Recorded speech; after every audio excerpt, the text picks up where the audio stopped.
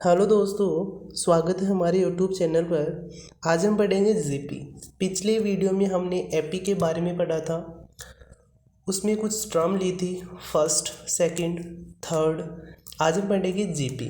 GP में भी उसी प्रकार से हम एक श्रेणी, एक सीरीज़ लेंगे जिसमें फर्स्ट टर्म होगी हमारी 2, सेकंड टर्म होगी 4, थर्ड टर्म होगी 8 और फोर्थ टर्म होगी 16। इसी तरह एन टर्मों का एक संग्रह लेंगे जो हमारा जीपी में होगा। तो इसमें हम सेम एपी की तरह जो प्रथम पद होगा उसे ए से, जो एनवा पद होगा उसको एन से, और एन पदों का योग एस एन होगा उसको एस एन यानी कि एस एन से, और एनवी टर्म को हम ए एन से। सिमिलरली एपी के समान, लेकिन उसमें जो कॉमन रेडियो जो सार्वंत लेते थे, एपी में डी लेते थे, लेकिन जीपी में हम आर लेंगे। दोनों में डिफरेंट है, इसी तरह दोनों को अलग अलग रूप से डिफाइन किया गया है। हम एपी में ए एन की वैल्यू किस प्रकार निकालते थे? A N is equal to A plus N minus one multiply D. तो इसमें ए एन की वैल्यू हम ए मल्टीप्लाई आर की पावर एन माइनस वन से निकालेंगे, जो एपी से बिल्कुल डिफरेंट है। अब मैंने मान ली एक एपी है जो ए1 ए2 एपी या सॉरी जीपी है ए1 ए2 ए3 ए4 और ए एन तक, जिसमें जो फर्स्ट टर्म है ए होगी जो हमारी ए1 होगी। सार्वंतर इसमें कैसे डिफाइन करते हैं?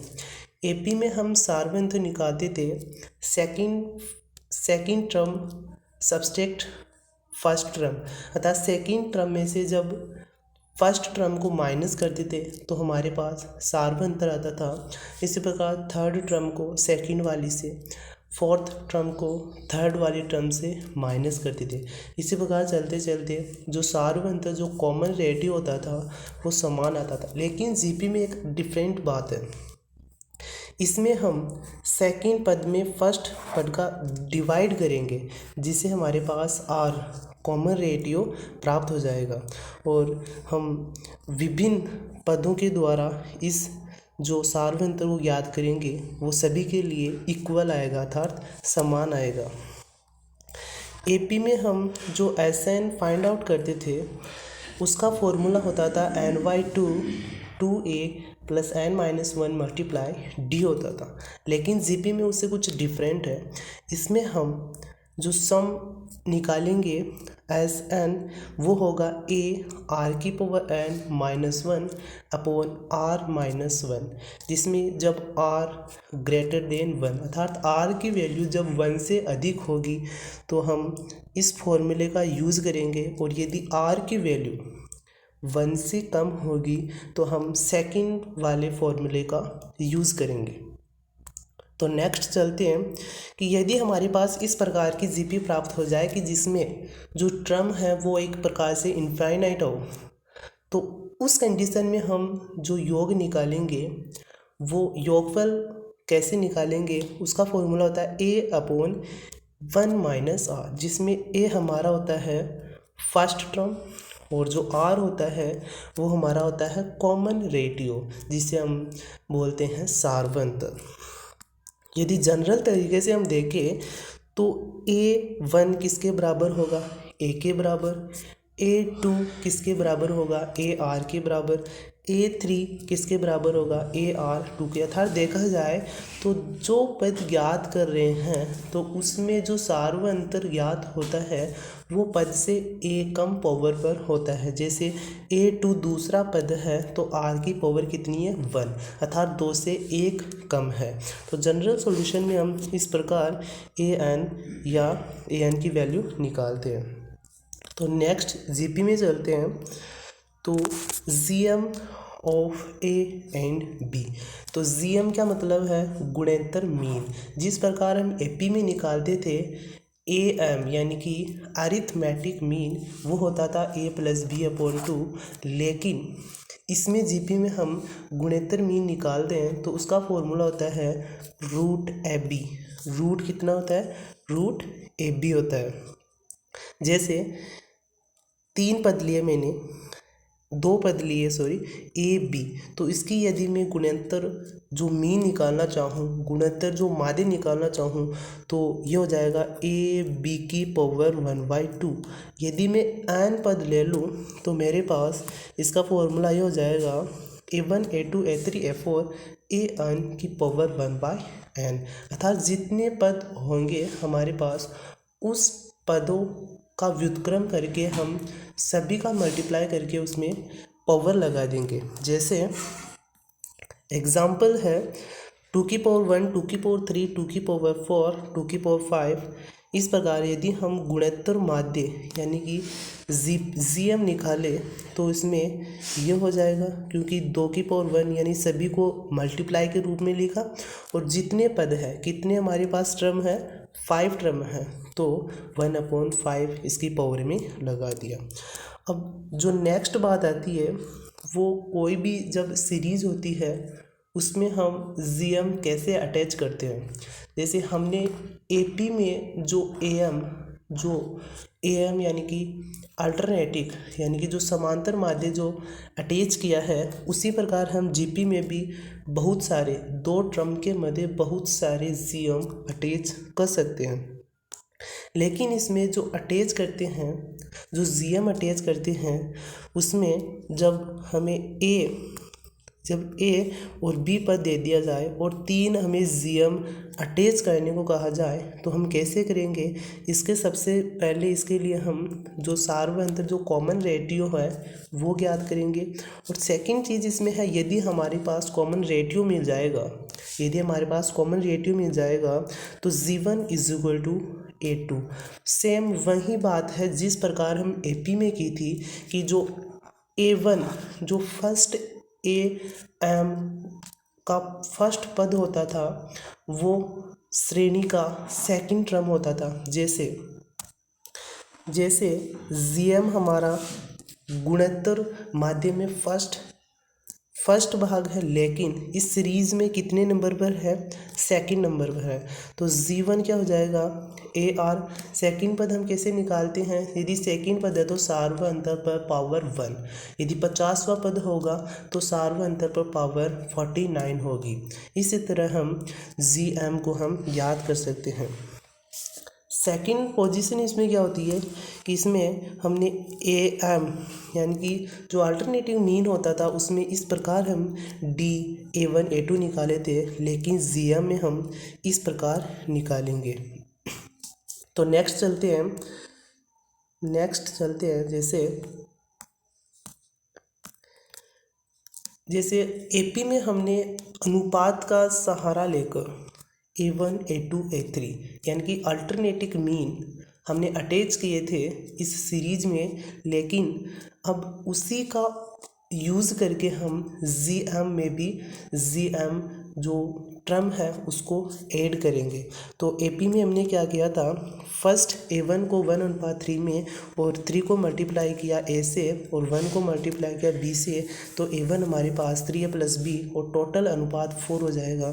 तो A1 A2 A3 जिस प्रकार याद किया था, अब हम इसमें क्या करेंगे, GP में क्या करेंगे, जब G1 निकालेंगे तो जो 3 है वो क्या जाएगा, पावर में जाएगा। तो A की पावर 3 और B की पावर 1। जैसे AP में ये मल्टीप्लाई हो रहा था, उसी तरह ये GP में पावर के रूप में जाएगा। पावर के रूप में जाने पर हम G1 G2 G3 ज्ञात करेंगे। जैसे G2 के लिए देखते हैं 2:2 है, तो 2 A की पावर में जाएगा और 2 B की पावर में जाएगा और 1/4 क्या हो जाएगा, टोटल अनुपात। उसमें हम डिवाइड करते थे, लेकिन इसमें डिवाइड के स्थान पर पावर में जाएगा। तो इसका एक याद रखने की ट्रिक है कि हम नेक्स्ट देखेंगे। जैसे एग्जाम्पल के लिए है, यदि हमारे पास ओड सीरीज़ प्राप्त हो जाए, यदि हमें GP की यदि ओड सीरीज़ मिल जाए तो हम G1 G2 G3 अर्थात GM जो टर्म्स है उनको आसानी से एक सीरीज़ में अटैच कर सकते हैं। जो फर्स्ट है, यदि हमारे पास कितनी टर्म है, 5 टर्म है, 2 G1 G2 G3 एंड 32। तो यदि मैं सबसे पहले इसमें ओड टर्म है तो बीच वाली कौन सी होगी, 3 वाली। तो 3 वाली को कैसे निकालूंगा, हमारे पास जीएम क्या होता है, जीएम हमारे पास होता है रूट ए बी। तो रूट 32 मल्टीप्लाई 2 यानी कि 64, और 64 का जो वर्गमूल होता है वो 8 होता है। तो फर्स्ट की जो 3 वाली कितनी होगी, 8। अब ये 8 हो गई, ये कितनी होगी, 8। तो इन दोनों का गुणनफल माध्य निकालेंगे तो 8 दूनी 16 यानी कि 4 आ जाएगा, और ये 8 आ गई और ये 32 है।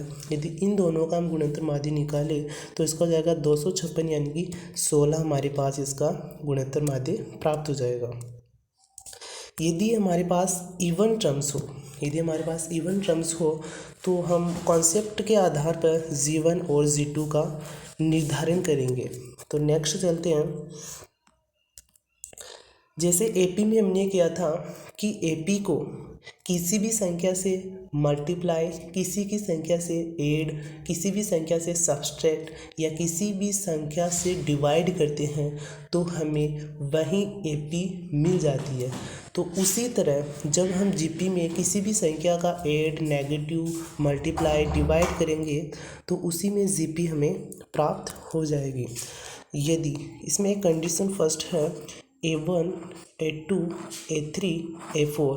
यदि मैं इसे लॉग से मल्टीप्लाई कर दूँ, लॉगरिथम जिसका जो बेस होता है वो 10 होता है, यदि लॉग से डिवाइड कर दूँ तो ये एपी में चेंज हो जाती है। ये एक इम्पोर्टेंट रूल है जो एक एग्जांपल के द्वारा मैंने यहाँ आपको बता रखा है। जैसे फर्स्ट है 2 की पावर 1, 2 की पावर 2, 2 की पावर 3, 2 की पावर 4 एंड 2 की पावर 5।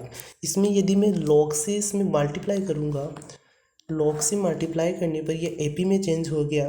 कैसे, जो इनकी पावर है तो लॉग की प्रॉपर्टी है लॉग m की पावर n, तो ये हो जाएगा n log m, अर्थात इसमें जो पावर है वो हमेशा सामने आ जाती है। तो एपी में चेंज होने के बाद इसको हम ये पता रखना है कि हमें जब लॉग से डिवाइड करते हैं जीपी को तो ये एपी में चेंज हो जाती है। ये बस इतनी कंडीशन ध्यान रखनी है, और इन्हीं क्वेश्चनों को एग्ज़ाम में बार बार रिवाइज किया गया है। तो नेक्स्ट चलते हैं A1, A2, A3, AN-1, AN-2, AN। तो इस प्रकार मैंने एक एग्जाम्पल के फॉर्म में एपी ली, एग्जाम के फॉर्म में मैंने क्या ली, एक एपी ली जो ये है। जब इसमें से A1 और AN का जब डिफरेंट निकालते हैं और A2 और AN-1 का डिफरेंट A3 AN-2, अर्थात पीछे से लास्ट, अंतिम से लास्ट, पीछे से सेकंड लास्ट और आगे से सेकंड लास्ट, यदि इन दोनों का यदि अंतर, इसी प्रकार जब आगे का क्रम ऑर्डर के अनुसार चलते हैं तो जो कांस्टेंट वैल्यू प्राप्त होती है वो सभी में एक ही प्राप्त होती है। और तीसरी लास्ट कंडीशन हमारे पास कि जिस प्रकार एपी में दो पदों का AM ज्ञात किया था उसी प्रकार हम जीपी में ए हमारे पास एक कॉमन स्टेज है, इससे हम के आगे चलते हैं के कदम और के कदम पीछे चलते हैं। तो हमारे पास जो बीच वाले का जो मीन होगा, जो AN होगा वो रूट AN-K और AN+K हो जाएगा। तो नेक्स्ट चलते हैं, ये क्या है, जिस प्रकार हमने एपी में जो AM निकाला था वो क्या था, वो था वो था B=A+C/2, जब हमारे पास ABC 3 पद होते थे। यदि जब जीपी में हमारे पास 3 पद आ जाए ABC, तब इसका हम जो B निकालते हैं वो रूट AC निकालते हैं। तो इस प्रकार हमने एपी और जीपी के बारे में पढ़ा। नेक्स्ट वीडियो में दोनों पर हम प्रैक्टिस क्वेश्चन लेके आएंगे जिनसे जो हमारा कॉन्सेप्ट है वो और स्ट्रॉन्ग हो जाएगा और हमें समझने में और सफलता प्राप्त होगी। तो वीडियो यदि अच्छा लगा तो लाइक एंड शेयर ज़रूर करना, समझ में आए तभी। Okay, thank you.